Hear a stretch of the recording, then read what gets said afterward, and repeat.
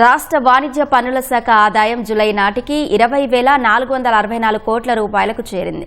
గతేడాది ఇదే సమయానికి వచ్చిన 17,059 కోట్లతో పోల్చితే 20% పెరుగుదల నమోదైంది. 2025-26 ఆర్థిక సంవత్సరంలో సాధించిన 6% వృద్ధి ఆధారంగా వాణిజ్య పన్నుల శాఖ వసూళ్ల ప్రక్రియను వేగవంతం చేసింది. దీంతో ఈ ఆర్థిక సంవత్సరంలో ఇప్పటి వరకు ప్రతి నెల రాష్ట్ర వృద్ధి వేగాన్ని స్థిరంగా కొనసాగిస్తోంది. జూలైలో మొత్తం వాణిజ్య పన్నుల వసూలు 5,105 కోట్లుగా నమోదైంది. ఇది 2025 జూలైతో పోల్చితే 14% అధికం. గతేడాది జూలై నాటికి 10,993 కోట్లుగా ఉన్న నికర జీఎస్టీ వసూలు జూలై 2026 నాటికి 13,283 కోట్లకు పెరిగి 21% వృద్ధి నమోదైంది. జాతీయ సగటు వృద్ధి రేటు 17% కంటే అధికంగా ఉంది.